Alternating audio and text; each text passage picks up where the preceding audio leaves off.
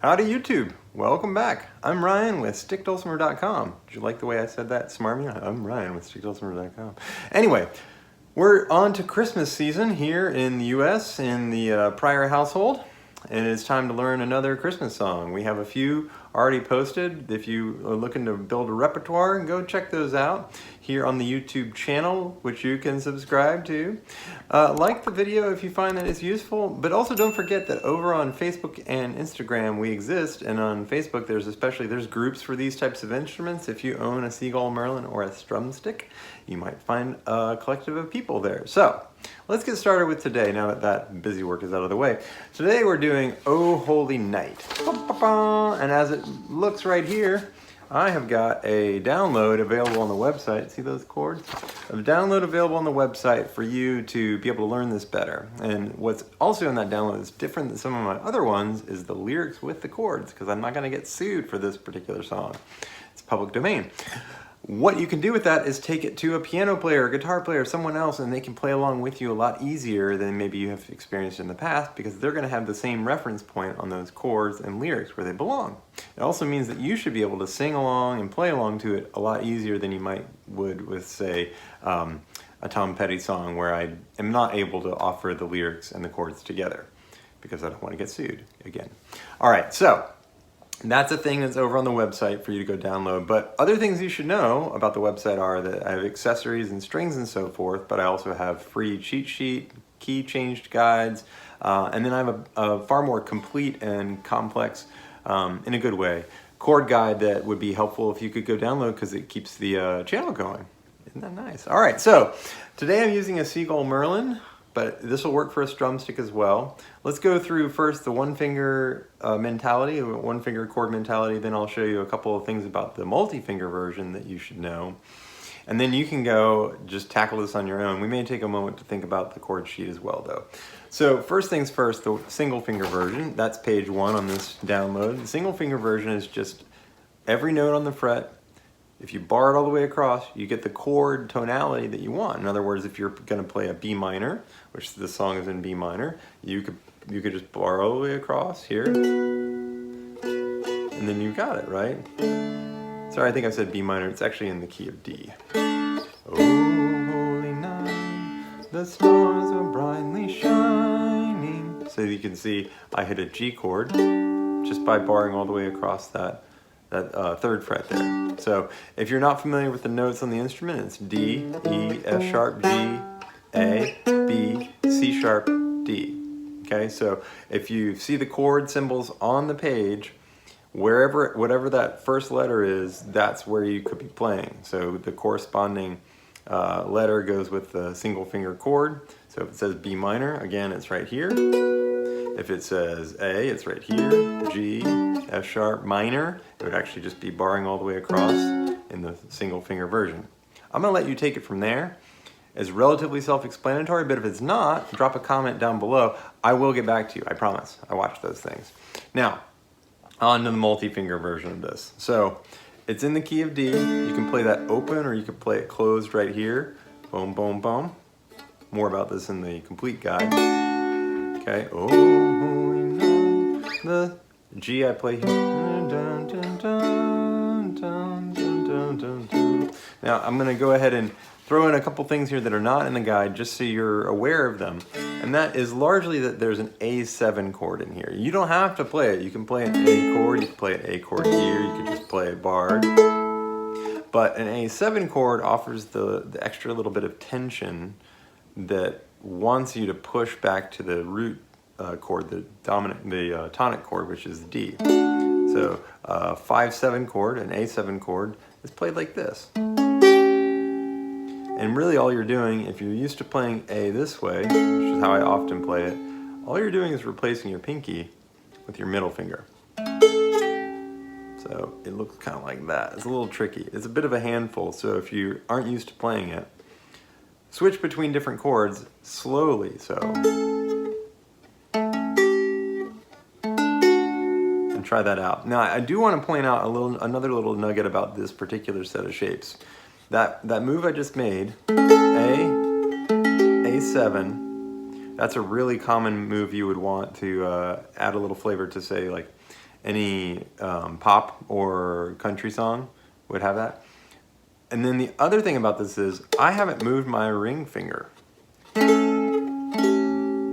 Now I didn't move my index finger for that A to A7, but I'm not going to move this ring finger as I go back to D. I'm just moving where these two are located. So I'm anchored here, and that's efficient. That's economy of motion. So it's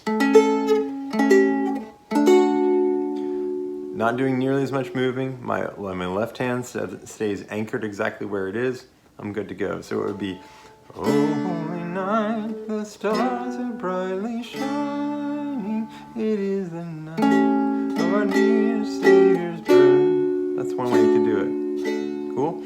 Now the other thing that I want to point out here about the chords, this is different. I have never had a song so far that had a C sharp in it. In the notation, I don't know that I pulled the 7 out of it because you cannot play a C sharp 7 in the truest sense of the word. You can't play that chord on these instruments. That's okay. We find a way around that. The easy way around it is just to play a C sharp, the whole 7th fret here, like that. A little added flavor you could put in there is when you get to that C sharp, the second time you hit it, add that that D note, which is what that top at the 8th fret is. So it would be coming from this F sharp minor, till he appeared, and the soul felt its worth. Going back to the F sharp minor, so it would be, oh, oh, oh, holy night, the stars are brightly shining, till is the night of our dear Savior's birth. And long lay the world in sin and error pining, till he appeared, and the soul felt its worth. And the reason I'm suggesting that is because that melody, so felt, is being doubled there. So, and the soul felt its worth.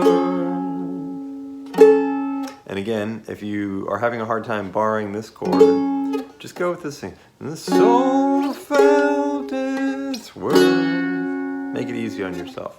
All right, those are the trickiest parts of knowing how to do the chords. The next hard part is in that fall on your knees section where the chords move a little bit quicker than they have it up to that point. So fall on your knees, oh hear the angel voices.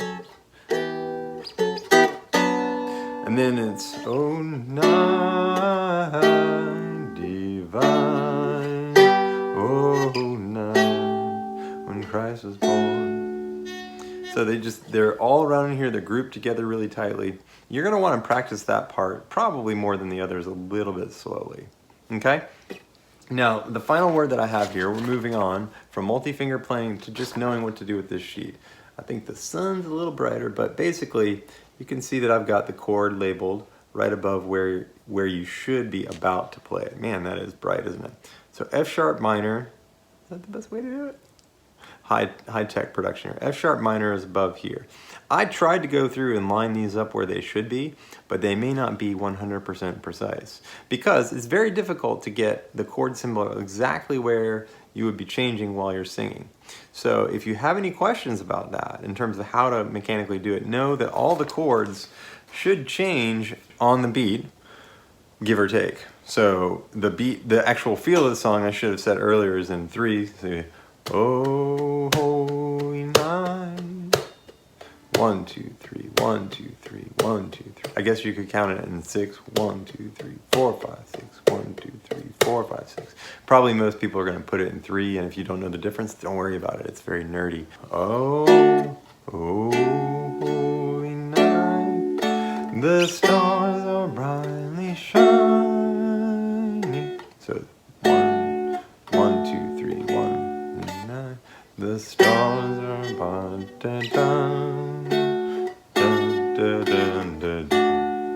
and then when you get to the last part, fall 2, 3, 1, 2, 3, 1, down, you're ding, ding, ding, ding, ding, ding. 1, oh, dum, pound 2, 3, 1, 2, 3, 1, 2, 3, 1, 2, 3, pound 2, 3, 1, 2, 3, 1, 2, 3. Oh, down.